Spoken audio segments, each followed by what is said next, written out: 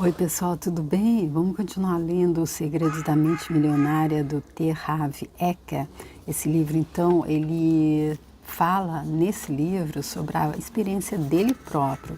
Ele que passou ali da suíte do andar de baixo na casa dos pais dele, quando ele teve o primeiro contato com essa teoria de que a mente é a mente que é milionária ou é a mente que é pobre, e é isso que faz com que a gente viva na falta e na escassez ou na abundância e na prosperidade em todos os setores.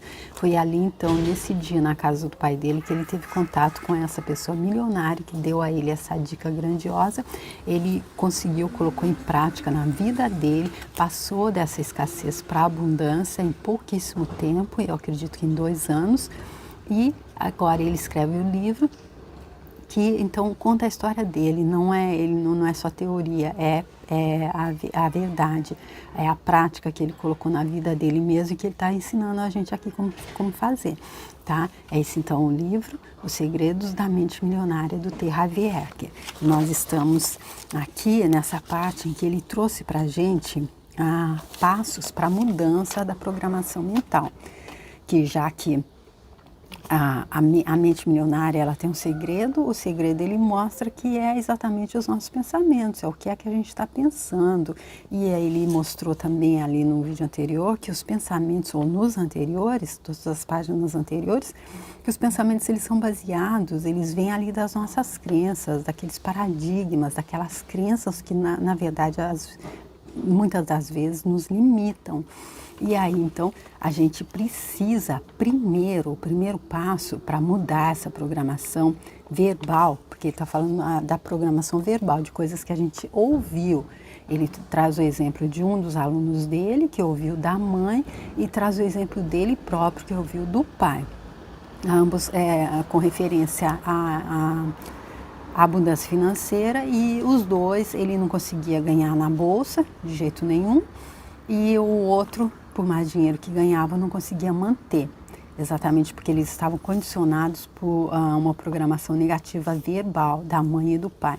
E aí ele diz que o primeiro passo é se conscientizar. Aí a gente se conscientiza, não, realmente, eu não estou vivendo a vida que eu gostaria de viver nesse ou naquele setor, aquele falando do financeiro, por isso eu fui programada dessa forma, agora eu quero desprogramar. Primeiro passo, escrever as frases. E depois a gente vem o entendimento. Aí então a gente escreve sobre o que essas frases estão, como é que essas frases estão nos afetando. Por exemplo, o pai dele disse malditas ações, e ele ficou com isso tão enraizado ali que ele, por mais que ele tentasse ganhar com ações, especialmente mesmo que ele já estava bem sucedido nos negócios, ele sempre comprava a ação errada na hora errada e nunca ganhava, sempre perdia dinheiro. E aí então a gente escreve o que é que isso está trazendo para a vida da gente, esse condicionamento que a gente se conscientizou de que ele existe, e depois a gente faz a dissociação. A gente percebe que esses pensamentos representam apenas o nosso aprendizado passado e que eles não são parte da nossa anatomia. E aí a gente decide se a gente vai continuar mantendo esses pensamentos ou se a gente vai mudar, dependendo daquilo que a gente está vivendo hoje, o que a gente quer viver amanhã. E, para terminar, a gente diz, eu tenho uma mente milionária. Foi assim, então, com esse programa para mudança da programação verbal que a gente terminou o vídeo anterior. Vamos continuar, então.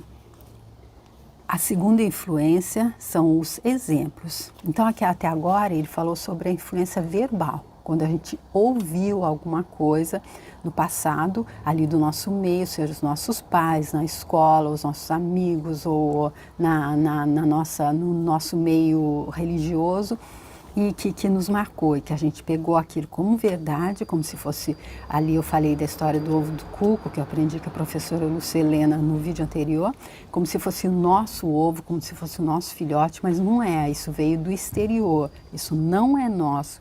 E aí a gente, foi por isso que a gente se condicionou verbalmente, porque a gente ouviu. E agora ele vai falar sobre quando a gente se condicionou ao ver a outra pessoa fazendo. A gente, então, se influenciou por exemplos. A segunda maneira como somos condicionados é chamada de exemplo. Como se comportavam seus pais ou responsáveis em questões de dinheiro quando você era criança? Eles cuidavam bem ou mal das finanças? Eram gastadores ou econômicos? Eram investidores perspicazes ou nunca investiam? Eram propensos a arriscar ou conservadores? Vocês tinham dinheiro sempre ou só esporadicamente? O dinheiro afluía com facilidade à sua família ou era suado?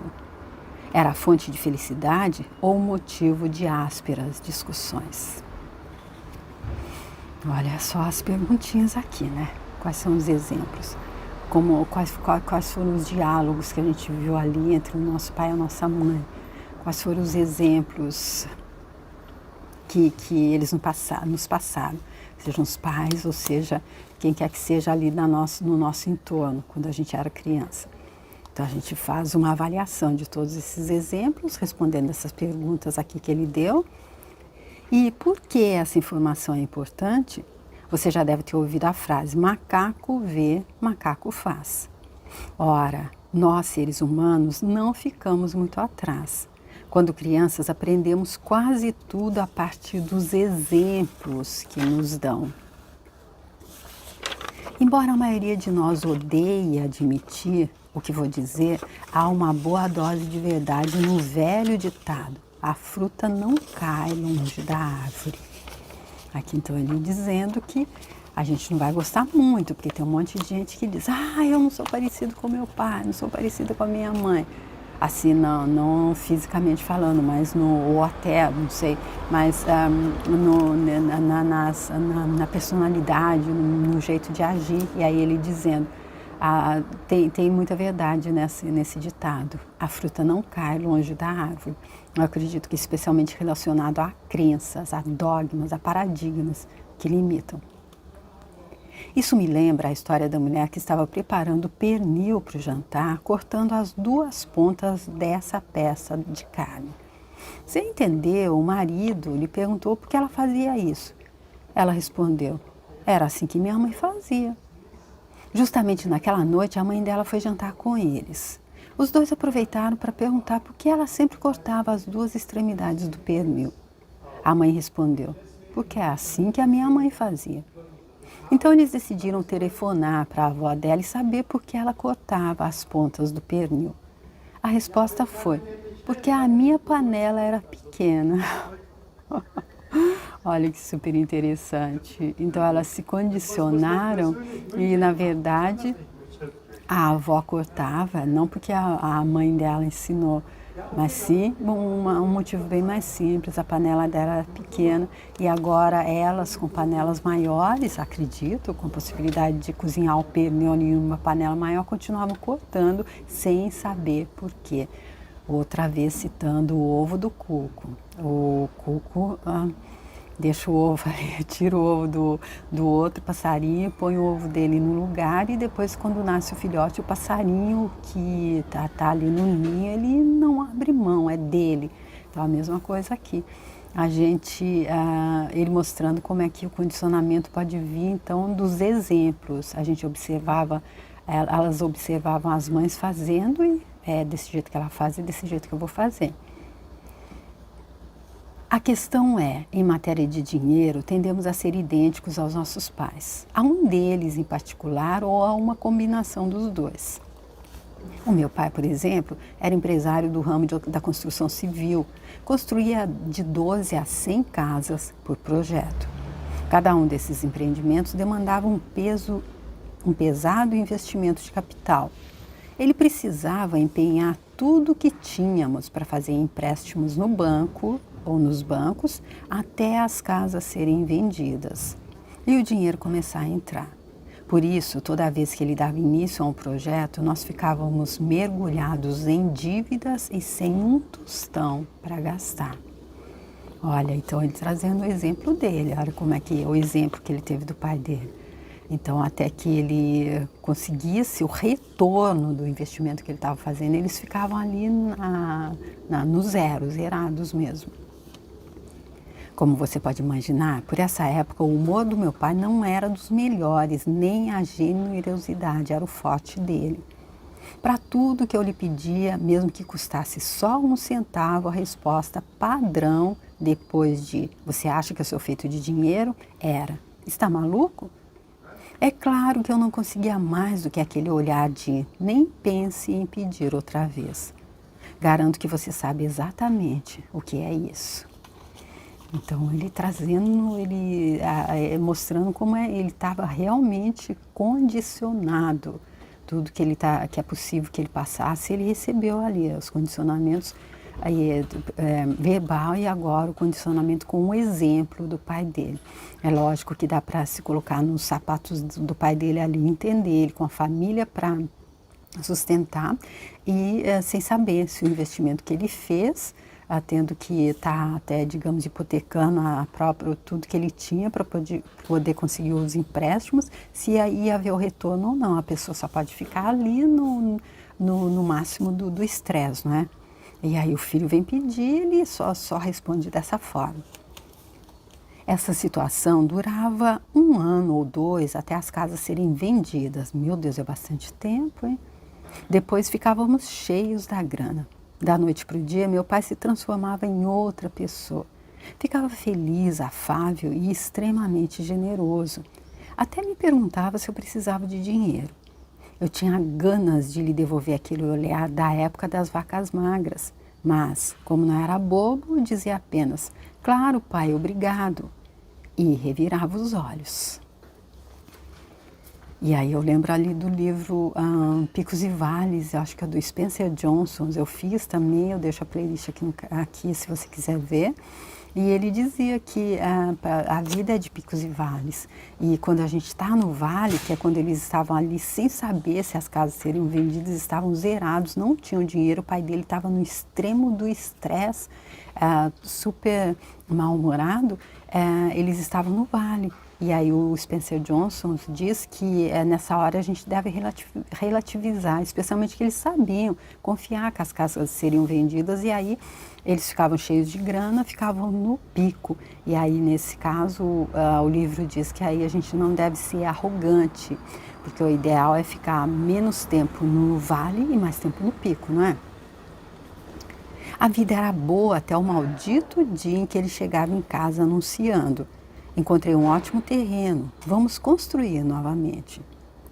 Lembro-me muito bem que eu costumava dizer: "Fantástico, pai, boa sorte", com o coração apertado por saber do período de dureza que teríamos pela frente. Até onde consigo me lembrar, esse padrão já existia quando eu tinha 6 anos de idade e durou até os meus 21 anos, quando saí definitivamente de casa. Foi quando tudo mudou, pelo menos era assim que eu pensava. Nessa época, terminei os estudos e me tornei, como você há de imaginar, construtor. Depois me meti em vários negócios relacionados com projetos de construção. Por algum estranho motivo, após ganhar pequenas fortunas, em pouco tempo eu estava de novo na pindália. Então, começava outro negócio, sentia-me novamente no topo do mundo e 1 ano depois me via mais uma vez no fundo do poço. Fiquei cerca de 10 anos nesse esquema de altos e baixos, até perceber que o problema talvez não fosse o ramo de negócio em que eu estava. Os sócios que escolhia, os empregados que tinha, a situação econômica do país ou minha decisão de dar um tempo no trabalho e relaxar quando as coisas iam bem. Finalmente, reconheci que talvez estivesse inconscientemente revivendo os altos e baixos do meu pai. Ou seja, olha o condicionamento do exemplo. Não era assim que acontecia com o pai dele? O pai dele não vivia exatamente nesses altos e baixos. Quando ele começava a construir, eles já sabiam, eles ficariam sem nada e ainda tendo que ver o pai naquela situação mal-humorado, super estressado. Agora ele entrou no mesmo ramo, como é que ele podia então tá tendo sempre, vendendo as casas com tranquilidade, podendo pagar o banco e desfrutando do lucro do trabalho dele, se ele se condicionou pelo exemplo. Ver o pai dele passar por tudo isso, ele tinha que passar também. Mas aí a ficha caiu, ele se conscientizou. Graças a Deus, tive a oportunidade de aprender o que você está lendo neste livro e consegui me condicionar ou recondicionar e abandonar o modelo ioiô e construir uma vida de prosperidade crescente. Até hoje sinto ânsia de mudar quando as coisas vão bem e sabotar a mim mesmo no processo. Mas agora tenho na mente outro arquivo que observa esse sentimento e diz: obrigado pela informação. Pode retornar ou retomar a concentração e voltar ao trabalho. Então ele diz que ele já tá amaciado ali, ele não cai mais na autossabotagem, porque ele sente ânsia de mudar quando as coisas vão bem, porque está indo bem, não é desse jeito que eu aprendi, não é assim que eu fui condicionado, mas aí ele logo vem à tona, ele se conscientiza que ele estaria se sabotando, se autossabotando. E aí ele só diz: obrigada pela informação, se eu quiser agora eu faço com que eu perco tudo que eu ganhei e fico de novo naquela situação em que o meu pai ficava. Mas ele disse: obrigada pela informação, pode retomar a concentração e voltar ao trabalho. Ou seja, ele é senhor da mente dele. A mente dele é uma mente milionária. O exemplo seguinte vem de um dos participantes dos seminários. Nunca vou me esquecer de um senhor que, em lágrimas, se aproximou de mim no final da apresentação com a respiração ofegante e jogando os olhos na manga da camisa. Olhei para ele e perguntei: qual é o problema, senhor? E ele disse: tenho 63 anos, leio livros e frequento seminários desde que eles foram inventados. Já escutei todo tipo de palestrante e tentei tudo o que eles sugeriram.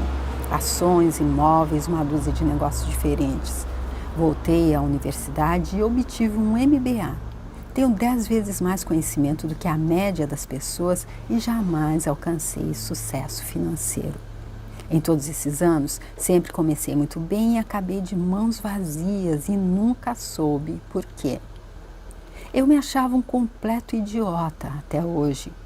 Depois de ouvir o que você falou e processar as informações, finalmente as coisas começaram a fazer sentido. Não há nada errado comigo. Simplesmente trago o meu castigo. O meu pai perdeu tudo o que possuía num negócio mal sucedido. Todo dia ele saía de casa para procurar trabalho ou tentar vender alguma coisa e voltava sem nada. Ah, se eu tivesse aprendido sobre modelos e padrões de dinheiro há 40 anos. Quanta perda de tempo todo esse aprendizado e conhecimento. E começou a chorar convulsivamente e eu lhe disse: o seu conhecimento não é de forma nenhuma perda de tempo, ele apenas ficou latente num canto do seu cérebro à espera do momento oportuno para se manifestar. Agora que o senhor formulou um modelo de sucesso, tudo o que aprendeu ao longo da vida se tornará útil e fará com que seja bem-sucedido. A maioria de nós só sabe a verdade quando a escuta. Ele começou a ficar ofegante de novo. Depois foi se mostrando mais aliviado e passou a respirar profundamente. Em seguida, um grande sorriso iluminou o rosto dele, deu-me um forte abraço e disse: obrigado, obrigado, obrigado. Na última vez que tive notícias desse senhor, ele estava nas alturas. Acumulara mais riqueza nos últimos 18 meses do que nos últimos 18 anos. Para mim, isso é o máximo.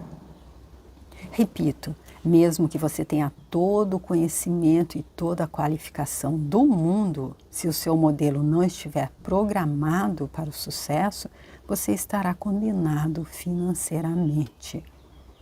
Então ele usa o exemplo desse homem que disse que tinha feito todos os cursos, feito todas as formações e seguido tudo que ele tinha, que era possível, que era sugerido para melhorar a situação financeira dele. Isso nunca tinha acontecido.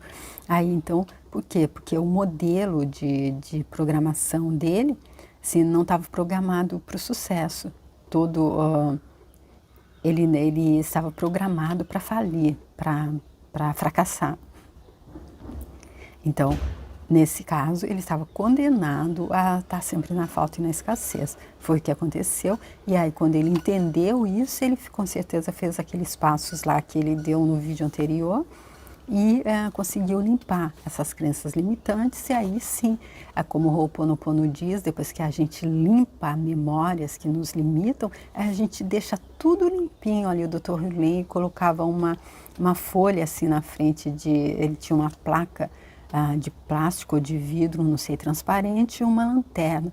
E ele colocava a mão assim na frente e a luz não passava, porque as memórias que limitam, as crenças que limitam, depois que a gente limpa, aí a luz passa. Ou seja, a inspiração divina passa.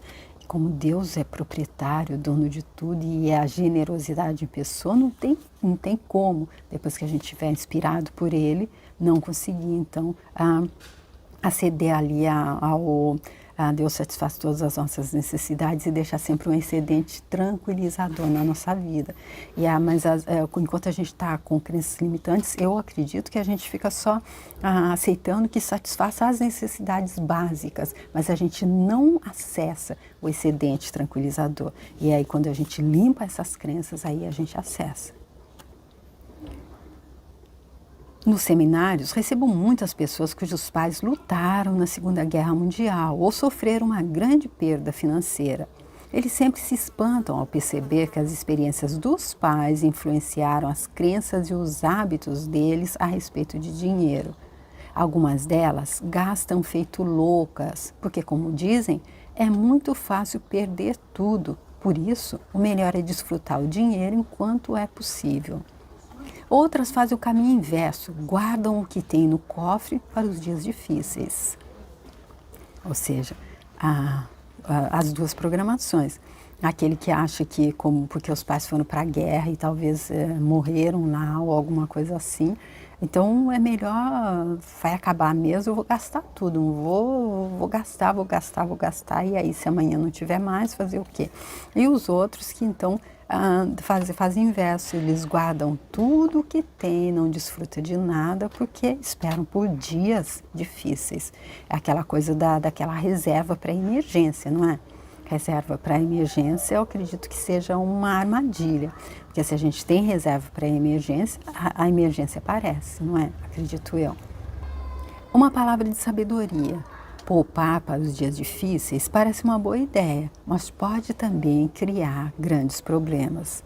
Um dos princípios que ensino nos cursos é o poder da intenção. Se você está juntando dinheiro para os dias difíceis, o que acabará conseguindo? Dias difíceis. Pare de fazer isso. Em vez de economizar para tempos ruins, concentre-se em guardar para os dias felizes ou para o dia em que você alcançar a sua liberdade financeira. Nesse caso, pela lei da intenção, é exatamente isso o que obterá. Ou seja, ele trouxe uma lei aqui que justifica aquilo que eu disse, a intenção. Se eu guardo para emergência, e emergência é coisa negativa, vai gastar dinheiro porque bateu o carro e não tem seguro, ou ficou doente e teve que ir para o hospital, e o plano de saúde não cobre, então é para coisa ruim. Então, se a intenção é essa, o que a gente vai criar? Se a gente guarda para dias difíceis, não é? Gente, vamos ficar aqui nesse vídeo. Espero que vocês estejam gostando tanto quanto eu estou gostando desse livro que eu optei por fazer, porque eu detectei que eu tinha crenças limitantes enraizadas e inconscientes por causa dessa mudança que eu estou fazendo agora na minha vida. Assim, mudando de A para B sem, sem muito recurso financeiro. E aí, então, eu perguntei, mas por quê? Onde é que está a raiz disso? E aí me veio esse livro, e eu estou gostando muito, porque esse livro está esclarecendo exatamente o que está acontecendo. Eu espero que ele seja providencial para você também, espero que você esteja gostando de tudo que ele já ensinou até agora, de todos os exemplos que ele deu, e que legal que ele próprio ele passou por isso, na prática, não é só teoria.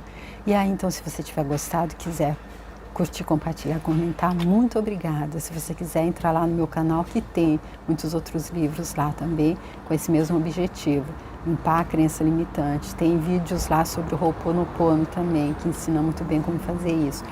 E se você quiser, estando lá, me deixar então a sua inscrição, se quiser se inscrever no meu canal, eu te agradeço muito. Até o próximo vídeo. Tchau!